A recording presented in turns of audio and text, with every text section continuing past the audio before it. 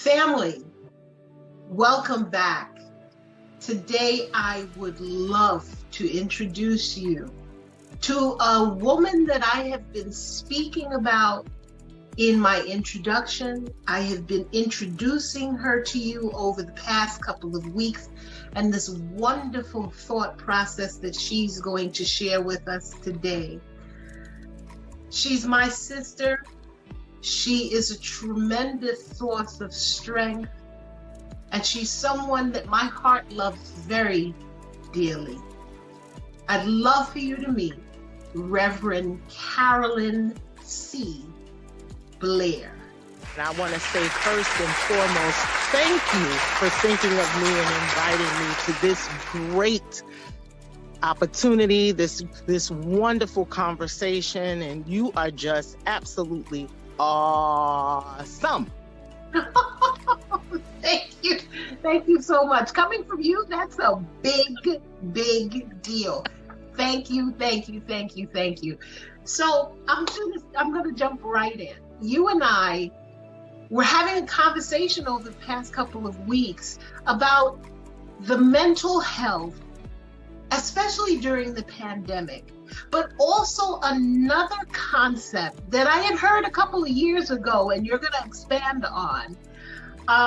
Its root is from an African tribe, and the actual term is UBUNTU, which means I am because you are. Now, that's a concept that's gotten lost in the sauce, and as we were speaking, I was just so shocked and intrigued and excited that it came out in our speech patterns with each other, that this is a big concept for you. So yes. Could you tell us some more about Ubuntu? Right. Well, a few years ago, my husband and I started a ministry called the UBUNTU Project. And it was to shape worship service around our nephew who was diagnosed with autism, and he was also a cancer survivor. We received a grant from the Eli Lilly Foundation to incorporate the work that we were doing into the worship services. And I will say this, that in working with a church, which is called Safe Haven, with the Reverend Dr. Ruby Wilson, who happens to be my sister, is the pastor. This was a special population of people. And the question that we asked was, who is not coming to church? And it turned out that in most cases, families who have special needs children or people with special needs stay home because their children make too much noise or the person is doing something, they're disrupting services. So how do we as a collective community make sure that all of God's gifts are presented when we come together, that we may all be as one? And so the concept came, the term Ubuntu, and we say it's I am because of who we all are, especially in the collective community. And there was an African proverb. There was a story that was told that these little boys were sitting and hungry, and the man came to them and said, I have a basket of apples, and whoever runs to that apples, to get it and gets there first, they can have the whole basket of apples for their family. Well, the boys stood up, they grabbed hands, and they all ran to the basket and got there at the exact same time. And he asked them, why did you do that? And they all said, Ubuntu, Ubuntu. And the thought of that was, none of us can be happy if any one of us is not happy. Wow. And this concept is not just something that can happen in a church situation. This is a community concept. So having said that, because I do have listeners that are religious, and I have listeners that are not religious. And I want them to be able to all feel embraced by what we're saying here. Reverend Blair is a reverend, of course, and she's going to speak to what she believes in. And you all know that I'm a Christian, and I will speak to what I believe in, but that is not my intention as a sole purpose today. My sole purpose is to speak to the community of listeners on whatever level you are, because we are trained to meet you wherever you're at. So on that note, we're going to take just a quick break. We're going to come back, and you're listening to ESP Speaks. We're talking to Reverend Carolyn C. Blair. We'll be back in 1 second.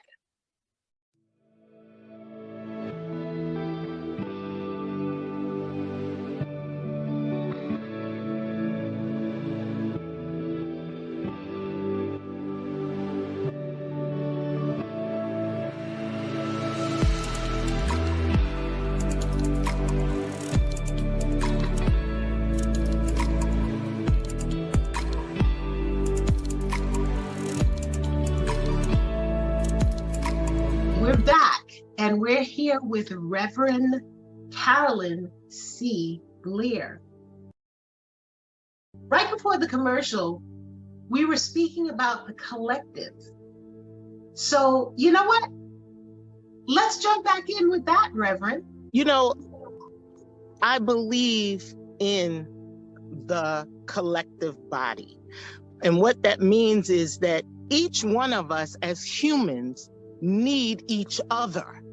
And this came out of the concept of my mother, who had 9 children, and we were in a 3-bedroom apartment in Harlem in the mighty Lincoln Projects on 132nd Street and 5th Avenue. And my mother would, as poor as we were or didn't have money, if you came to my house, my mother would provide you with food.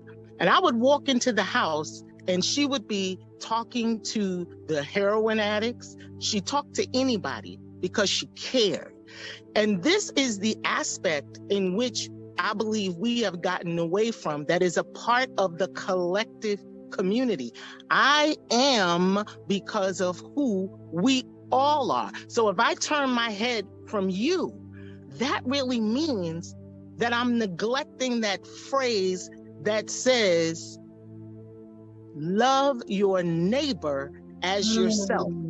And one of the things that happens, and it doesn't matter what religion it is, be it Christians, Jewish, Buddhist, or anybody else, we all have this concept about humanity, whereby we are supposed to, our purpose on the planet is to take care of one another.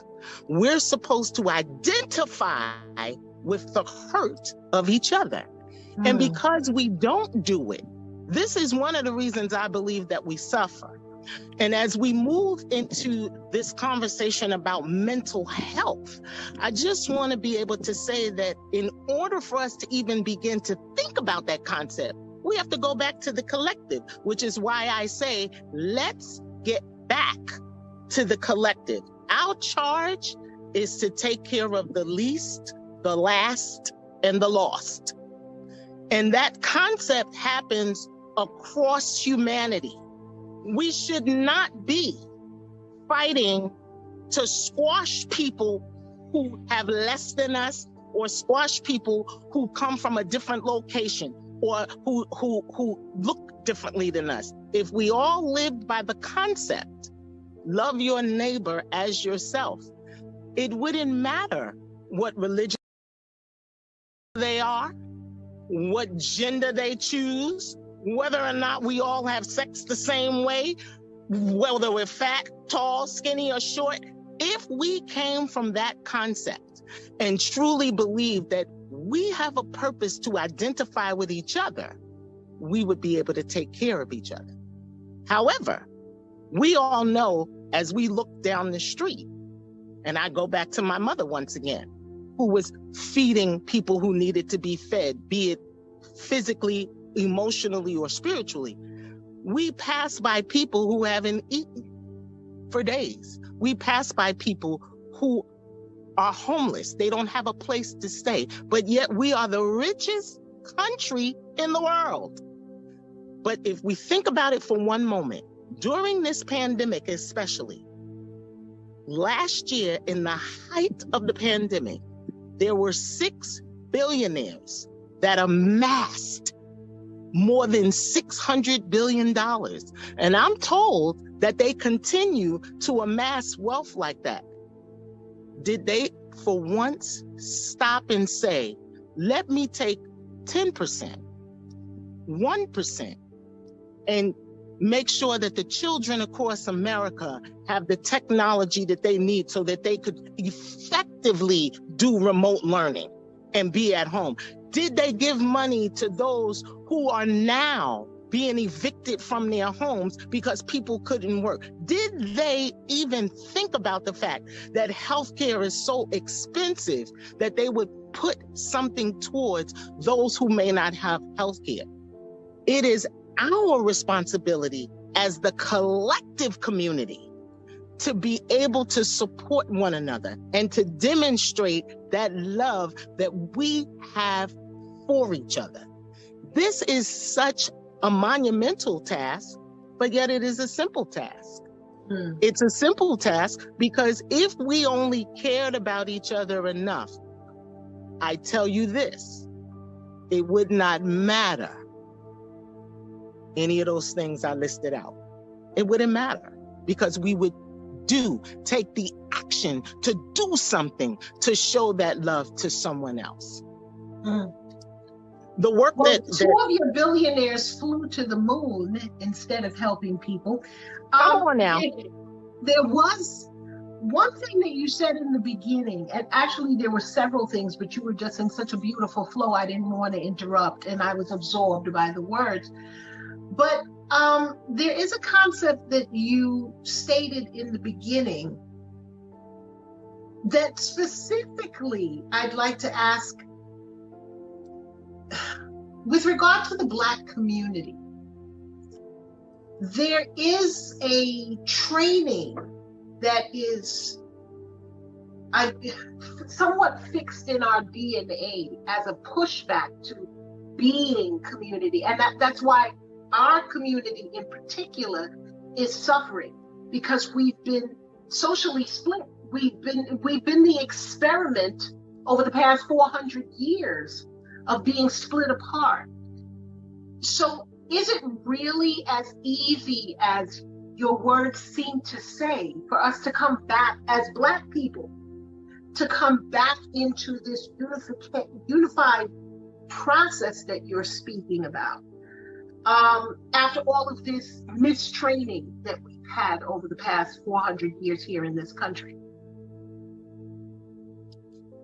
I would like to say to that, and that's why getting to the principle of Ubuntu and understanding that before we came here, and we always want to go back to the beginning, that was a part of our makeup. The collective community, looking out for one another, ensuring that we're all moving. And that's the beauty of that story that I gave, that they grabbed hands and ran to the basket of apples together.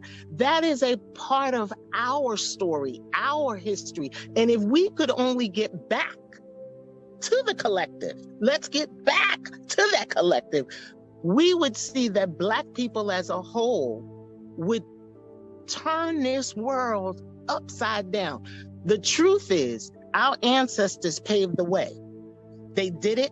They showed us that we're survivors. And if you keep looking at all the different things, it doesn't matter what area it is, what aspect of government has attacked us, be it in housing, be it in education, be it in the justice system, be it in any of the systems that were created to ensure that Black people cannot survive, we continue, as Maya Angelou says, still we rise. We keep rising. And the more we connect with each other, the more we stop looking at each other as a we. Now, I'm not talking about anybody else. I'm talking about we. Stop looking at each other as threats. Stop looking at each other as what we think someone is trying to get out of us, that they're taking advantage, because that's all of the slave masters' learning language mentality. That's the stuff that we have to separate ourselves from so that we can see it ourselves. The song says, I once was blind, but now I see. That's why we have to be awakened. And our awakening is in who we are to each other as a people and what we need to do, not only with each other, but for each other. So having said that, let's bring this back totally to you. Because I want them to know, I want the family listening to know who you are and what you do. And these are not just words, because you live this every day. This is not just a concept where you're testing out. You live this every day, not just as a pastor, but in your everyday life. Tell us a little bit about your United Nations experience, Ambassador. So a few years ago, my husband and I were nominated and selected to be peace ambassadors for peace, by an organization that has a connection with the UN. And the work that we were doing at the time was we were working with international clergy, identifying the place that we could all come together to work on the effort of peace. How can we have peace? What do we need to do for each other? And we had a think tank that was called Honest Conversations on REV. There has race entered into our worship houses, our sacred spaces, and how does it play out in those places? So there was a lot of different things that came up where people may not have been able, you might not think you were doing those things, or maybe you thought you were doing those things. Maybe it was intentional, maybe it wasn't.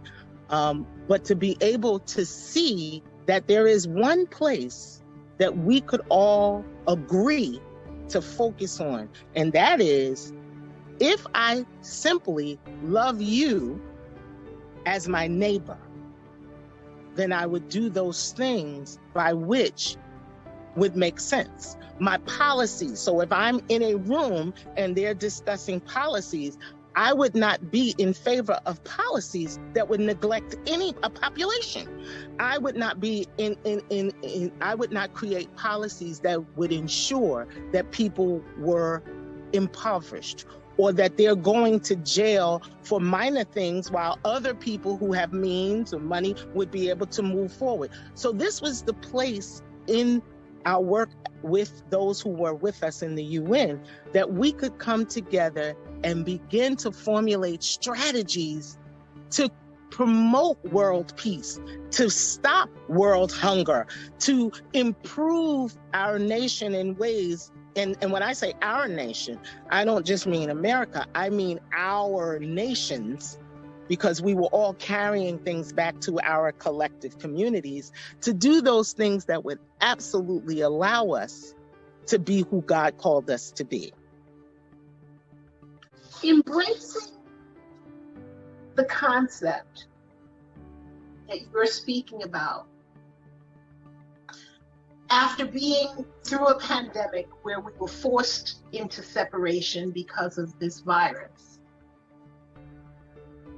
how do you foresee us reconnecting with each other and going forward with the premise that you're speaking about? Because I mean, we're barely coming out of the house right now, especially with regard to mental health.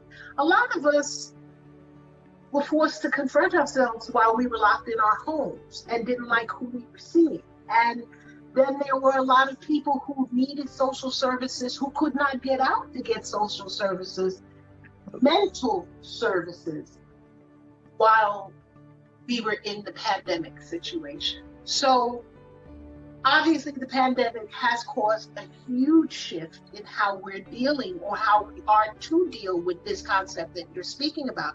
What do you foresee as the first step in us as everyday people coming back to this health that we're talking about?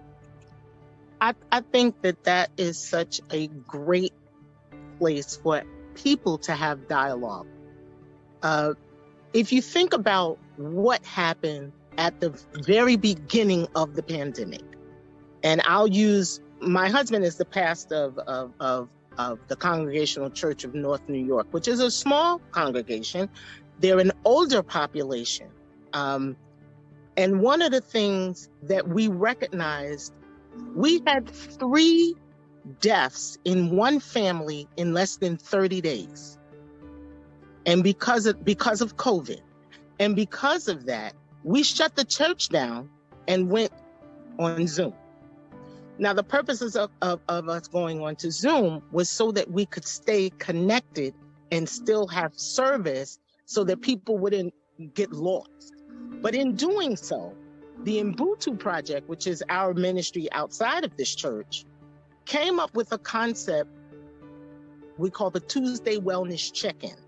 And when we started that concept, it was really so people would just come on and say how they were doing. And I was using Wendy Williams, how you doing, as a part of that to get people to talk. And what ended up happening is people began to share things that were so deep and emotional about their isolation, and how sometimes, they would begin to talk of thoughts of suicide.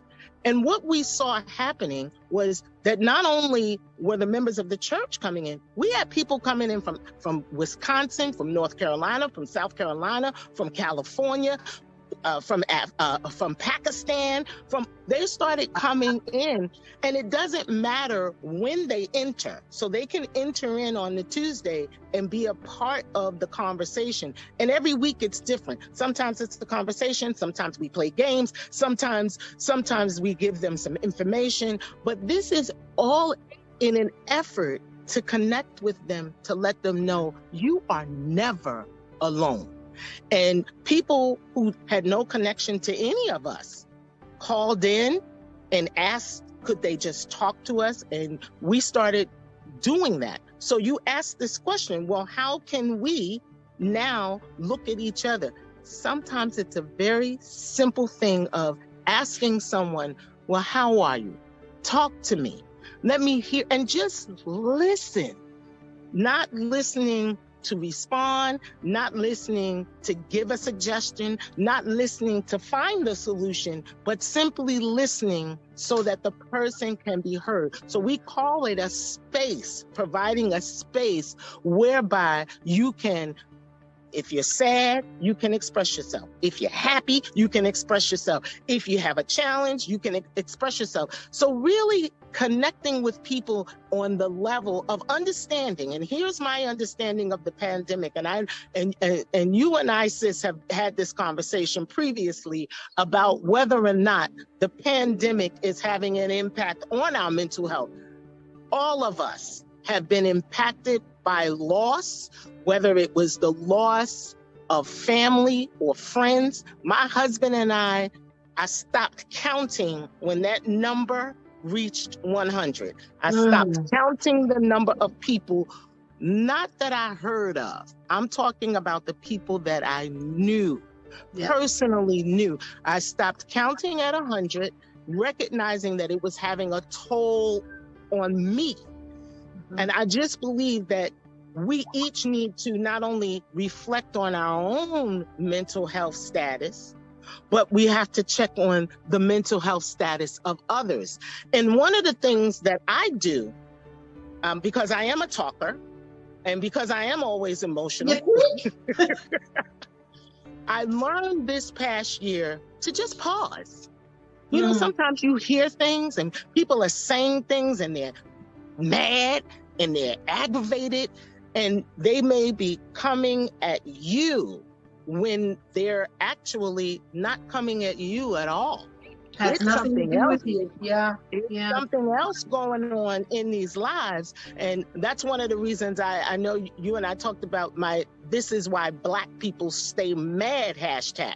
We are mad all of the time because we're enraged, as James Baldwin said, because there's so much going on in our world that continuously enrages us. And we have to be aware of those triggers and really understand that it's having an impact on our psyche, and we're acting out for those reasons. We are acting out for those reasons, and it's just not healthy if we don't look at it from the healthy standpoint of mental health and saying, I need to check in.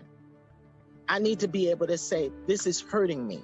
I need to be able to say, I don't like what you did to me. I don't like how I feel. And this includes family, work, and absolutely whatever religious institution you happen to be in, because we are all suffering even in those places. So the truth is, what do you do when that is happening? Well, I believe you have to start cutting things off. Cut it off. Cut off dead weight. Cut off dead weight and begin to build yourself. Begin to speak life. Begin to put into your heart all of those things that are needed.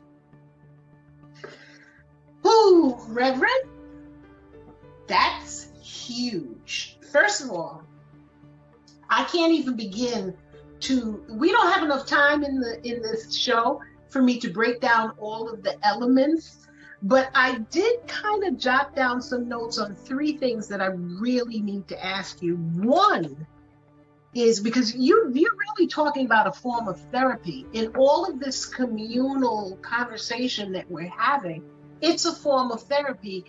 And a lot of us don't like therapy, and a lot of us are not familiar with therapy, and a lot of us are just learning how well therapy can work. But that's aside. I really want to ask you, in the reopening after the pandemic, do you think that the Zoom connectivity is going to take a drastic dip and change the way we've been communicating over the last couple of months? And the reason I asked that question, a lot of people were attending my church online. In speaking to my pastor, he had said to me the growth that the church experienced over the pandemic was phenomenal because people were dialing in on Zoom.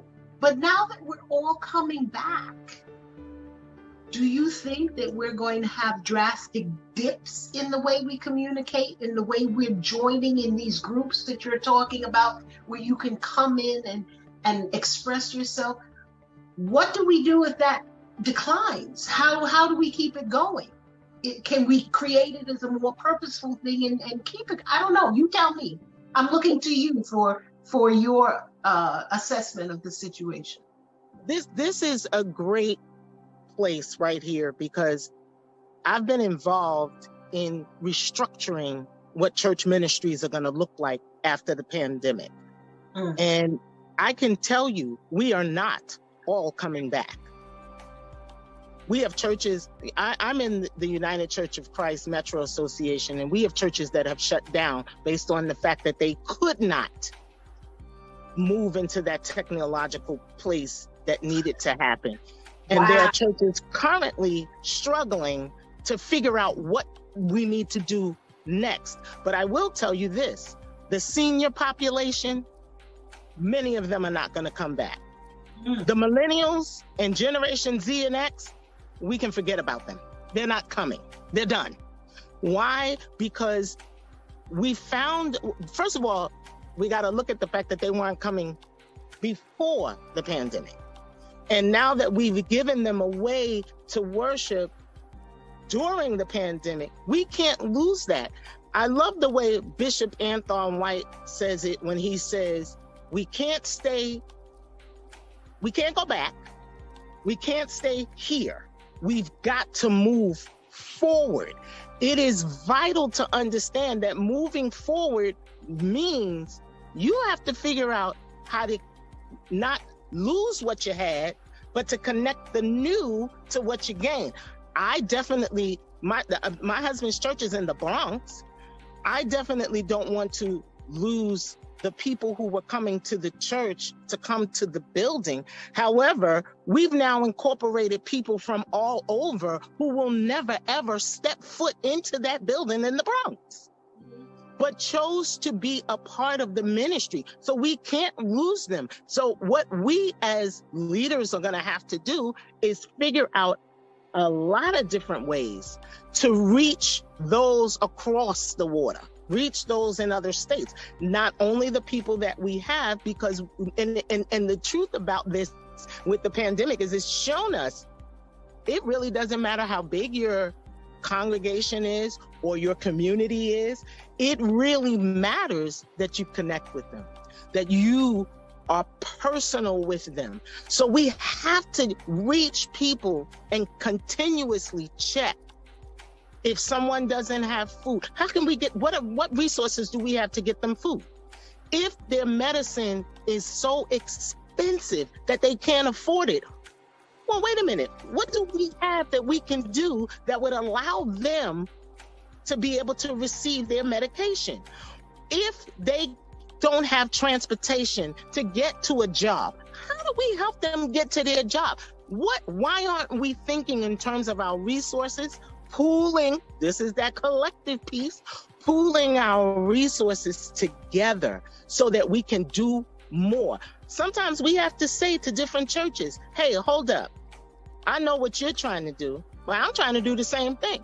Hey, let me move this ego out the way and we're gonna come together and do it. These are schools. In the public school system, this is something that I worked on as an educator, as an educational consultant. We have to be a team. So why can't we cluster our schools? If I need professional development on how to get these children to succeed, and I know you need that same professional development, well, why can't we pay the person that's coming together? And now your school and my school, we come together and we've done something that's going to benefit all of our teachers, all of our parents, all of our children. And it didn't hurt the budget so much. Because if you're paying $10,000 for something and I'm paying $10,000 for something, well, if we come together, we only paying $10,000. And coming together to move forward. Okay, we're going to take a quick break on that one. Family, we are sitting here with Reverend Carolyn C. Blair. And when we come back, we're going to talk about pulling together to move forward through this thing.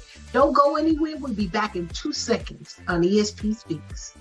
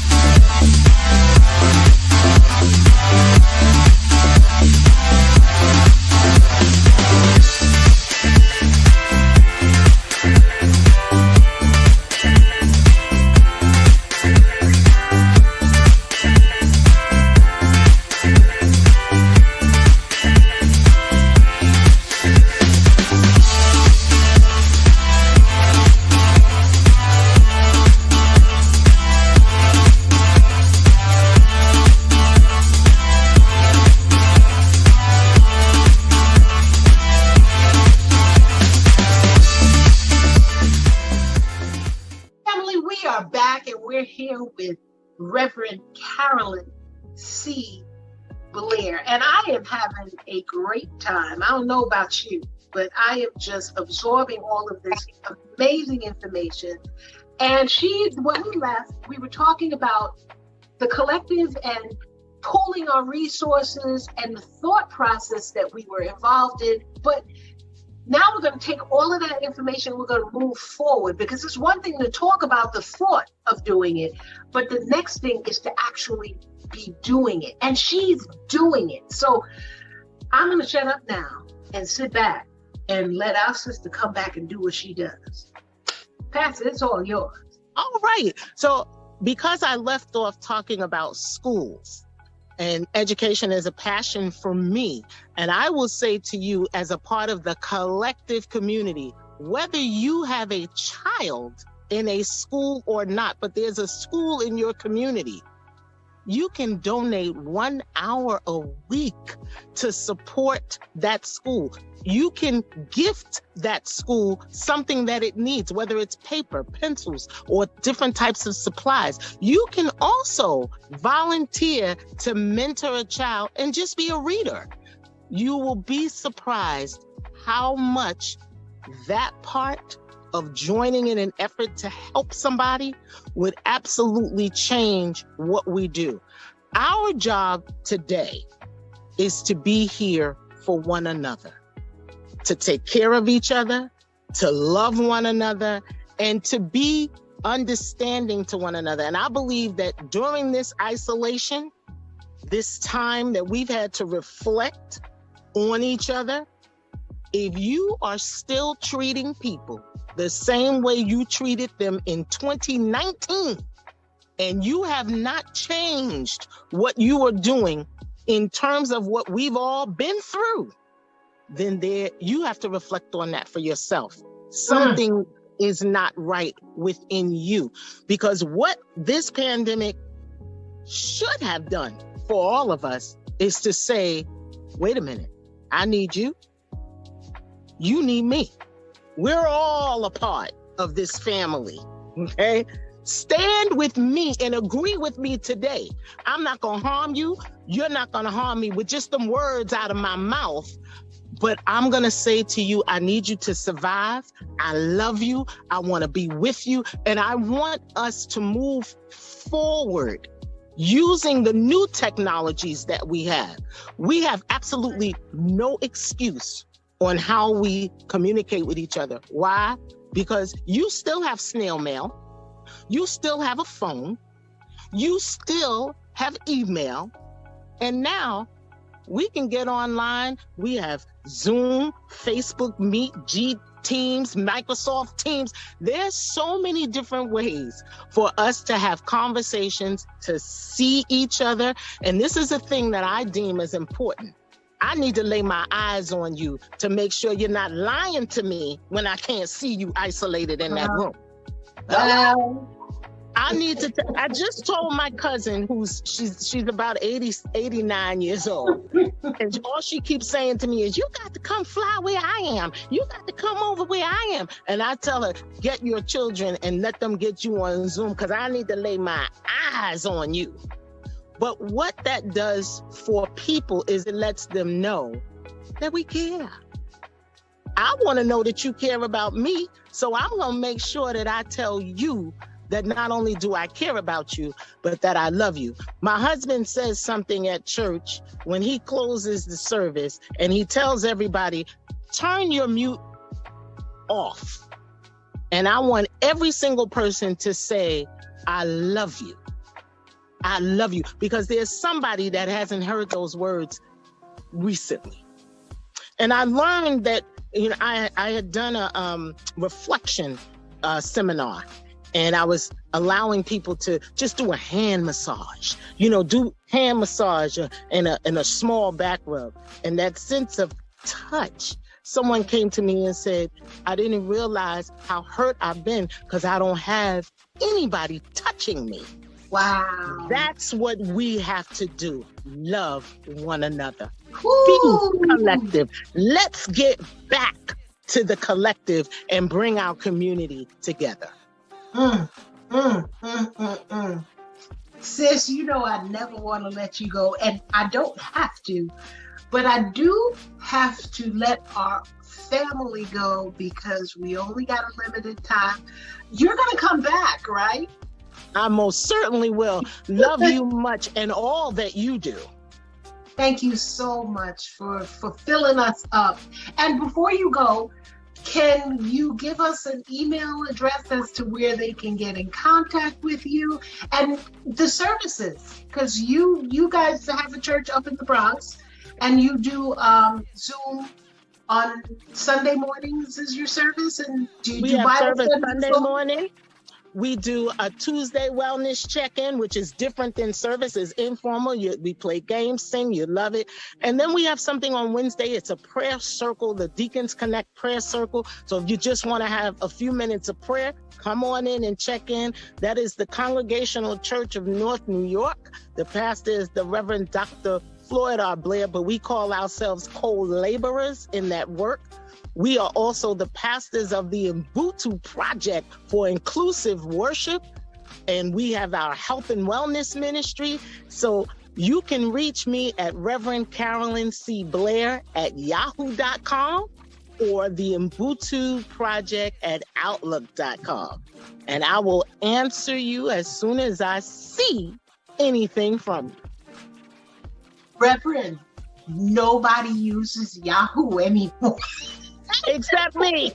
Gmail, baby. Gmail. Oh, no, well, I do have a Gmail. You can also reach me at Carolyn C. Blair at Gmail. I do have my Gmail address. It's just that I did not want to transition my Yahoo out. So that's why I okay. We got you. Sometimes Yahoo has trouble to connecting to certain services. Absolutely. That's why I said I don't always know if I have my And forget the people that have Hotmail and AOL.